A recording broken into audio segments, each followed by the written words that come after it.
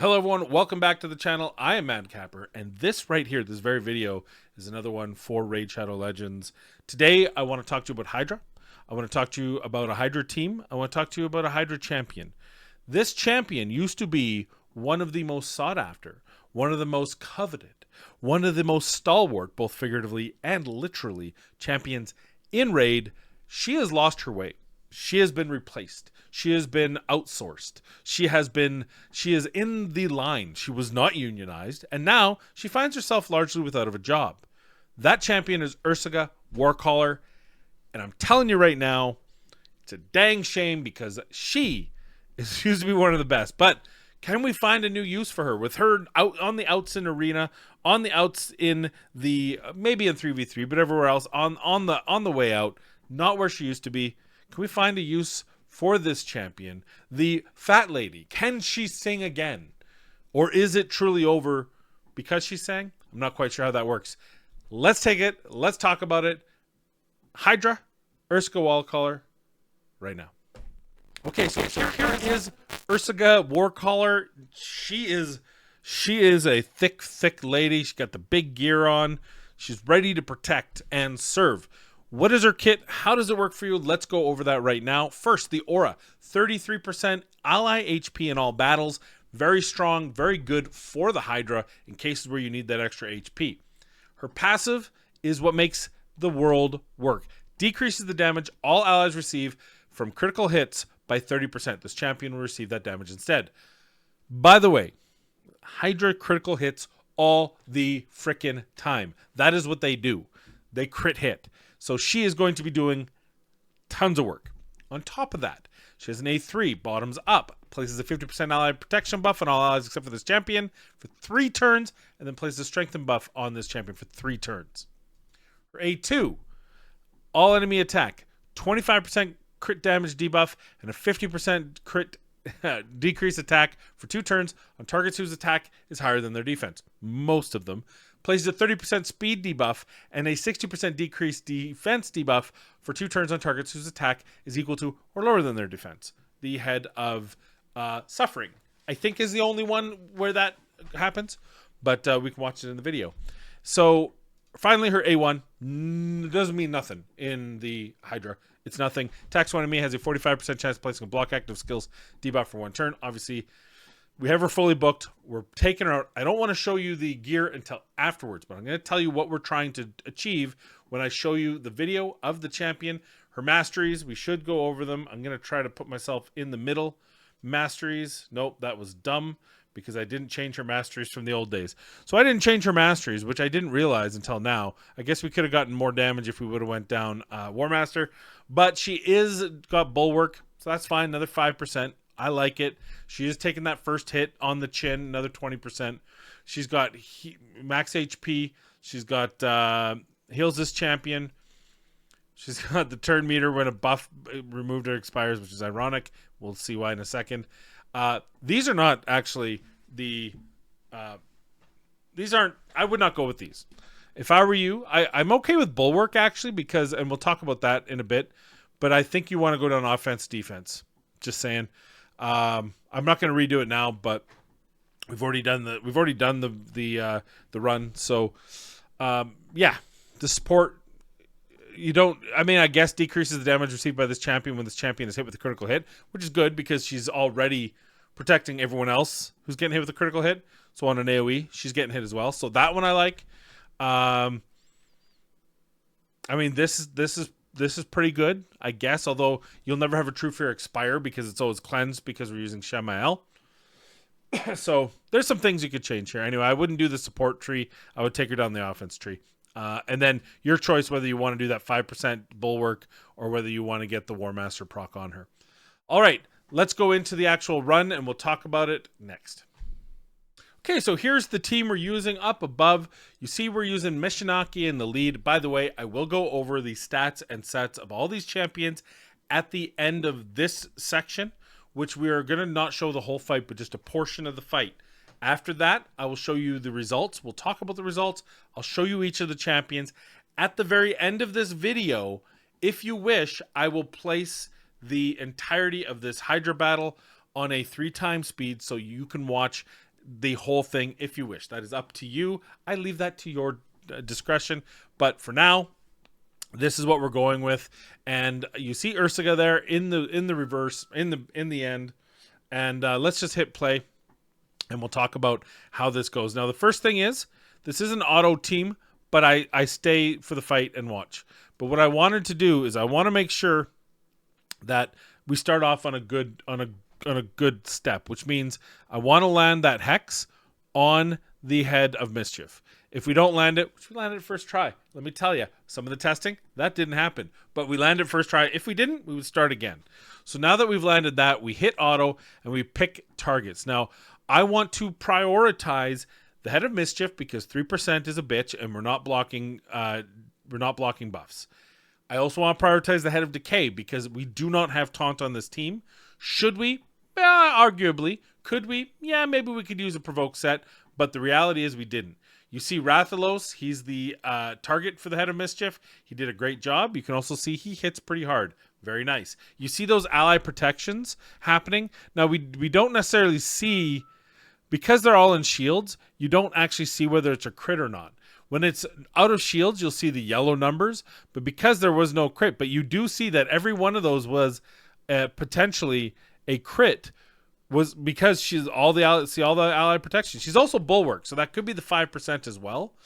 It's hard to say, but what I will say is throughout this entire fight, and you can watch the entire fight, we really don't get in a whole lot of trouble with her. So you can see here, now we've got the team set up. We've got the run going. We've got Ursuga. Now, I didn't mention this before, or did I? I can't remember. We are not using our ally protect. I've decided. So what happens? It's a 3-turn ally protect. Rathalos only has a 2-turn buff. Therefore, for 1 turn, someone's going to get that ally protect stolen. And invariably, a stolen ally protect is what can get us into trouble and can get Ursuga to die. We don't have a ton of heals here. We have those shields. We do have heals, but we mostly have shields. So I would rather us just not deal with that stolen ally protect. So I shut it off.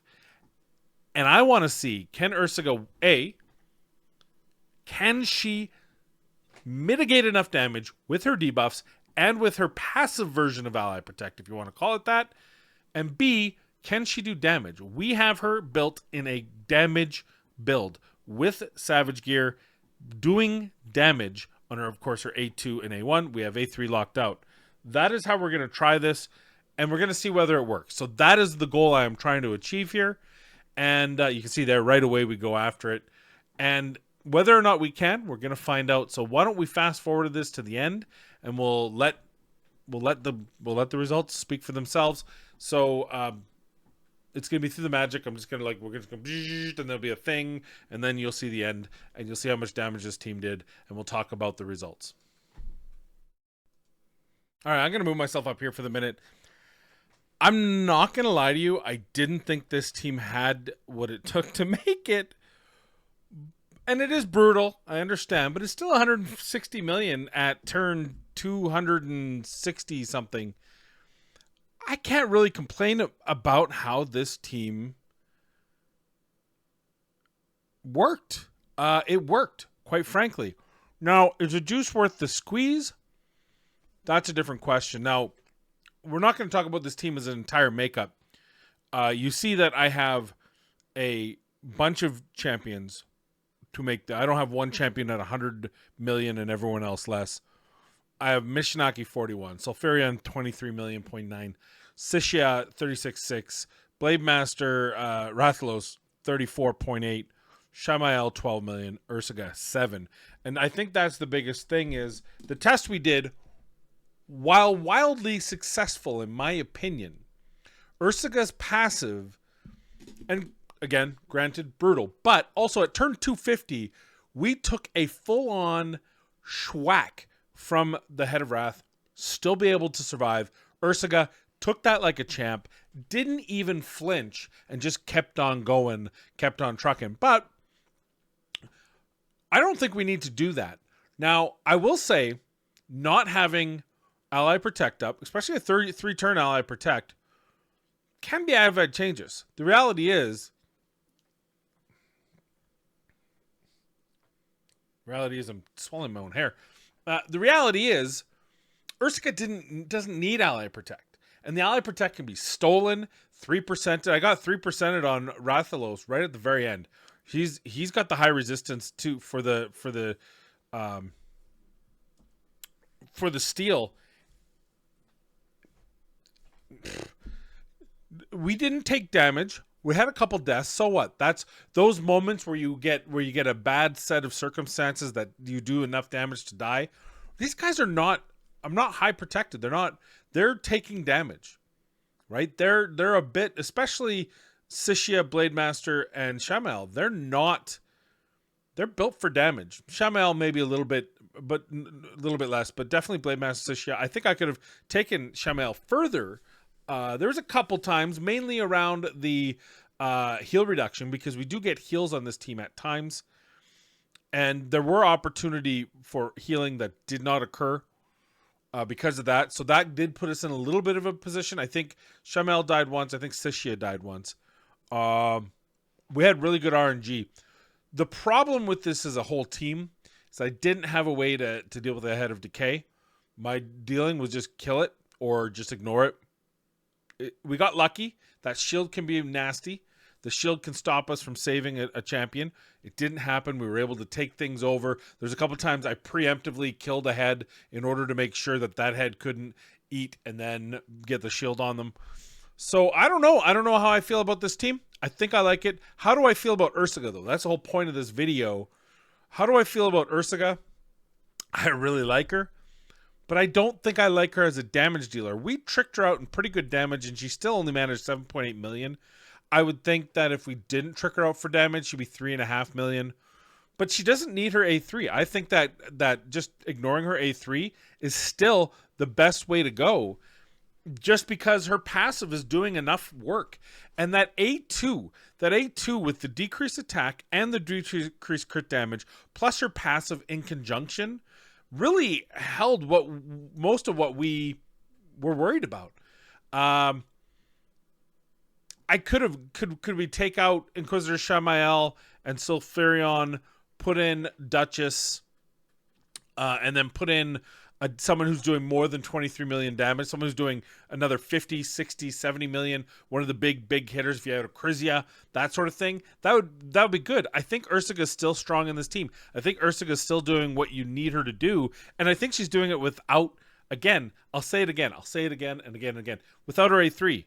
No A3 needed. Useless. It's just going to get her killed because now she's taking damage from her passive and from her Ally Protect, and that's going to be dangerous.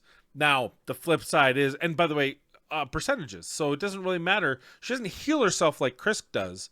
So, I mean, I guess with different champions, maybe instead of Sulfurion, Inquisitor Shama, well, just saying, instead of sulfur, we could bring in someone else. But I like that we have 4 damage dealers. Inquisitor Shamael could have been sharpened the pencil a bit for another 10 million damage. That's what we do with my main one, which is a nuker, which we used on Nightmare to great success. So I would say I got 2 check marks that I need to have. 150 turns and 100 million. Can they do those things? Granted on Brutal, but still. 159 million, 260 some turns. I'm happy with this team. It's not I think I got better teams out there for Brutal, but I'm happy with the team and I'm happy with what Ursuga did. Except for the damage, which is unfortunate. I really, really felt like there was an opportunity there. There was a real damage opportunity there, and it's unfortunate she just doesn't have the multipliers from that perspective. So you're probably better off just building her as a tank. Maybe put her in a Guardian set. So again, you're not doing the Ally Protect, which has so many scary moments with it because I'm not extending buffs here. So there's going to be times when that Ally Protect is unprotected. Blademaster's only got 2 turns on his stuff, whereas Ally Protect is 3 turns. So that'll be too dangerous. But if you had some kind of buff extension in this team, in this outfit, then arguably you could definitely use her Ally Protect. Maybe bring in a nuking Krisk. Right? Bring in a nuke Krisk. Don't use his Ally Protect, or does he use that? Is that the same turn? No, I think his extension is ally protect at the same time. That doesn't matter because she'll override it. Because she'll have a 3-turn. He'll try to put down a 2-turn. Right? I'm trying to remember. Yeah, because his A2's provoke. So yeah, you could absolutely, if you tuned it right, you could use her ally protect. He tries to put the ally protect down, doesn't because hers is 3 turns, and then he stomps the beat. Right? He brings it on. Eliza Dukshu. And yeah, I don't know. I'm curious as to what you guys think. Again, it's not about the team. I like the team. I would make some changes for this team for next run. I'm gonna keep the result though. 150 million. I won't complain with. We're getting beat up in Hydra Clash. Can I? No, I can't make 20. I can't make 20 million. Well, we have less keys though. I'll put in a third key. I'll do some work. Yeah. So let's talk about the team. Let's talk about the last thing to talk about here is, of course, how did we build them out? Glad you asked. Let's talk about, now normally I do this, but because I wasn't finished with the last team, I didn't. Here's a little life hack. And I think I mentioned in the last one, but if I didn't, use the moniker 3 to denote the team that you're currently working with, so that when you go to find that said team, they're very easy to find because they're all marked as 3. And if they're the only ones, then it is a simple task. As you can see, I have my last team, so we can take that off now. But I feel like I'm going around in circles. I didn't think I was going to like the team. The whole time playing the team, I was like, I don't know if the damage is there. I really, really would like for it to be a good team, like an amazing good team, to be a top tier team. I feel like he was a 5-star. Yeah. I feel like he has to be. No, that's my other one. I feel like it has to be $1 million a turn. I feel like anything less than $1 million turn, and it's just a really good team.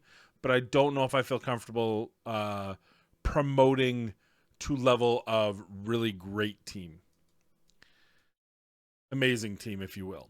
So that's my kind of thoughts here. I'm trying to gather my thoughts whilst finding the team. Retroactively doing, I don't even remember what the team was. Rathalos. Oh yeah, I like Rathalos. I feel like he left some damage on the table. I think maybe I can build him a little better or tune him a little better. Is that everyone? Let's find out. So then you can go to filter. You can filter by champion tags. You can filter by 3. And then there's the team, right? So let's take a look at the team. We'll start at Shamael. Shamael does have some protection. He does have HP for survivability. Depending on what team I use, that's more important.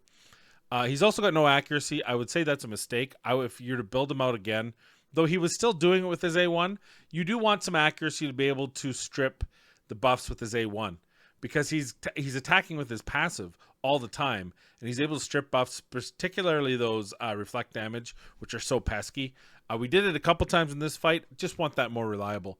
But you see his total stats here: 42k health, 43k health, 207 speed, 225 crit damage at 4,000 damage. Maybe we'll take his actual abilities now.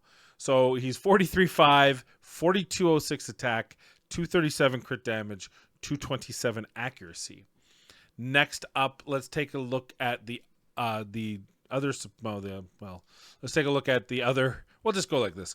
I like having multiple versions. I like having safety nets, right? I like running Husk with Krisk because then I have a safety net, 2 different champions that can provoke, for example. In this case, we have her in a curse set, which applies Hex. So if my Mishinaki didn't land, especially in this rotation, 3 Force Affinity bosses, 2 Force Affinity bosses in the starting lineup, having Sishia there to land where he can't with her AoEs was great. I could arguably put either her or Mishinaki in a provoke set, which would increase this reliability, which I didn't. Originally, I actually had Ursuga in a provoke set. Found it wasn't really working in the testing. So just so you're aware. As for Sishia's total stats here, again, we go to Hydra battles. We got 41.6 on the HP. We got 56.85 on the attack, 242 speed, 214 crit damage, 383 accuracy on the Sishia. Our Rathalos, which I just brought in last minute, seems like a pretty reasonable champ to use in Hydra. His stats: 52.25 attack, 324 crit damage, at 251 speed, 336 accuracy. I wanted him to land his accuracy, and then I forgot that this is a boss, so he doesn't need it. So don't build your Rathalos with accuracy. He doesn't need it for his A1. In my head I was thinking, well, I want that A1. That's very helpful. But if the target's a boss buff, cannot be resisted. So arguably left some damage on the table. Could have probably pumped him up a lot more damage. Maybe got the same stats in a Savage set because I don't need accuracy. So that's a mistake we made. But that I would switch. I would definitely switch that for next run. I'm definitely going to use him again. But 52.25, 251. The big thing, 457 resistance. He does put self buffs up, therefore a target for the Head of Mischief.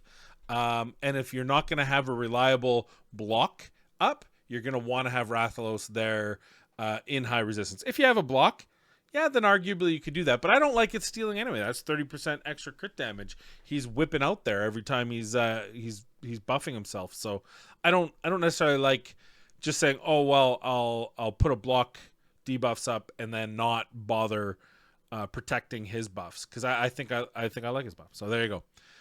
Then we have Mishinaki in a Savage set, and he's sitting. I need to retool him. I know this, so please understand. He was the highest damage dealer, but he could do so much more.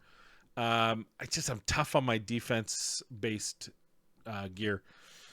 It's not as good as it could be, but 50,000 HP, 5,300 defense, 262 speed, 216 crit damage, 424 actually. He's way overblown actually because I use him a lot of the time in Hydra Nightmare. So that's why. Just FYI. Sulfurion, who I love. I love Sulfurion. I love him. I love him so much. I have a crush on him. I have a man crush on a lizard crush on him. His damage based on attack, but his damage isn't coming from there. It's coming from here. It's coming from his big bad blazing. And this is how I have him built, and your guess is as good as mine as to why. But we have 74,400 HP. That's where we want it to be. He's a support-based champion. 4,200 defense. He does have 3,600 attack. And 208. I don't know why he's got 208 crit damage. I don't know if that's by accident. He does have 73 in artifacts. Where is that coming from? Because that's just silly. He's got crit damage there, but it's probably the triple defense and the accuracy. That's my only. I think it's the rest is all. Yeah, this is just a triple HP. Just happens to be incidental. Okay. I'm just curious, but good damage from him, I would say, considering he's a support. But the HP burn, again, 2 champions with HP burn. Then we don't have to block that the head of decay, right? No, the head of blight. We don't have to block the poison cloud. So I do like that. Finally, the woman of the hour, Ursuga Warcaller. I have her in Savage. This is her stats. We have her at 89.9 HP, 223 crit. Oh, let's try that again in Hydra. She's at 98.53 HP. She's at 235 crit damage at 252 speed with a 331 accuracy. She just happens to also have 293 resistance.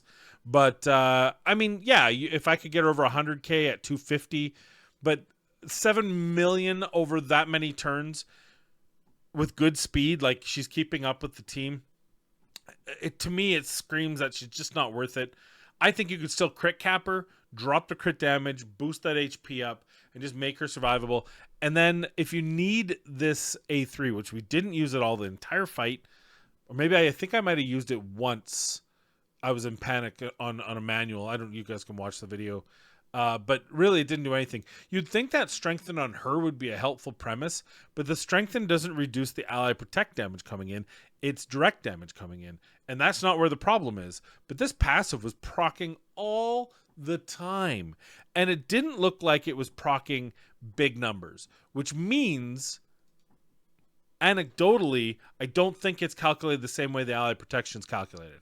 I think this is calculated maybe like Guardian. Does Guardian use crit damage as a factor? I don't know. I honestly couldn't tell you. But maybe we put her in a Guardian set, forget the damage, just get onto this. Maybe speed her up to over 300. The more times you can get at this and get these debuffs on the champion, especially that decreased attack, decreased crit damage, which is what really, as much as the passive, saved our team. But yeah, so your best ally protect champion on your team might be her, and she might not even need ally protect because her passive does enough in the Hydra. That's the team. That's the setup. That's the video. What do you think? Ursuga Warcaller, an opportunity to use her.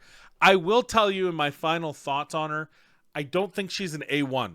I think she's probably a B1. I think she's your second team defensive support champion, your second team champion to keep you alive.